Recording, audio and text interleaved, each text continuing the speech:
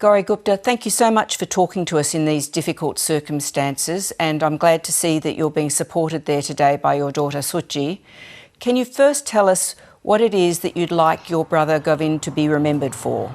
Govind was the youngest of us three siblings and a really naughty kid. I used to mother him a lot because he was my little younger brother, and he came to Australia actually because I was here already, and he came in 2001 to do an MBA from Macquarie Uni, and he stayed with us during that time because obviously money was tight. He would study all day, do his assignments in the lab because the computer lab was open only till 1 a.m. And then he would work at the petrol station in Artarmon for a few hours just to get some money going. And that's how he started his, I guess, new life in Australia. And later, after his MBA, he did his MBA in marketing, but his passion was for nature because he was a nature lover. He loved bushwalks with a special liking for waterfalls. He was absolutely crazy for them. And he really wanted to do something for the environment and the planet. And that's why he decided to join the marketing side of solar. Now, end of March, my mother unfortunately passed away in India, not because of COVID, but she had some other health issues. So we ummed and ahed about it, and I wasn't feeling too well at that time, and he decided to then travel for the funeral services and then head back by mid-April. He did leave in early April. He was able to get a flight. He sought the exemption from the federal government, and on compassionate grounds was granted that. And he did the ceremony. He was quite pleased with himself, but we were unable to secure a flight for him by mid-April because the number of flights were restricted. And then by mid-April, all hell broke loose because the virus just went viral, absolutely viral. I mean, the real true meaning of the word viral in India. And even though he kept trying, he was able to secure an Air India flight for the 24th of April to fly back. But by that time, unfortunately, he tested COVID positive. In the meanwhile, my father also tested positive, and just a week later, even though my father was recovering, we could not source a ventilator bed for him, and he died in Govind's arms, gasping for oxygen. I think that trauma, we hadn't even finished grieving for my mother. Really, he held that to heart, and he took a downturn.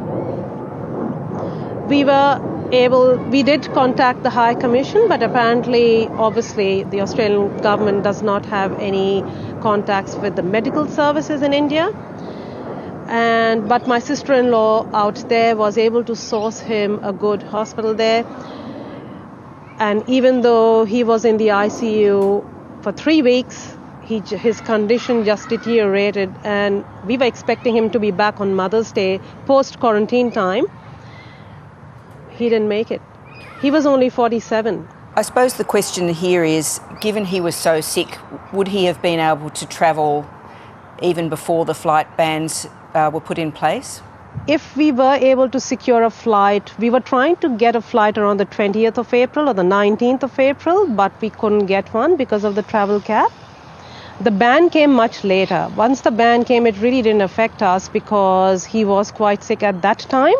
But we were hoping, because he was really improving, so we were hoping once the ban is lifted that we would be able to secure a flight and get him back by mid-May. I mean, what's your view of that travel ban? Did you understand why the government put it in place?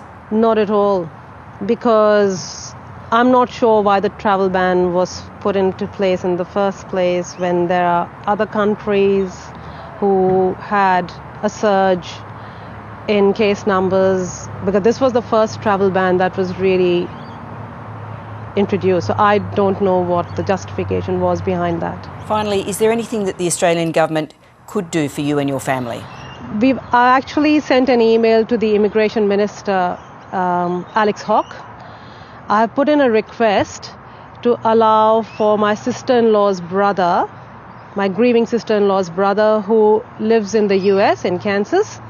He has applied to come here to support his sister for an Australian visa.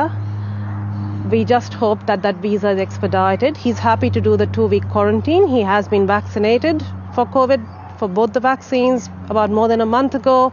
We're just hoping that some compassion is shown by the immigration minister and the government and the Ministry of Home Affairs in granting him that visa. I'm glad you've got your daughter Suji there to provide some support, and thank you so much for telling his story and yours to us tonight. Thank you. Hi, I'm Lee Sales. Thanks for watching this story. If you'd like to watch more of 7:30's stories, they are on the left of your screen. And tap on the button below to subscribe and get the latest from ABC News.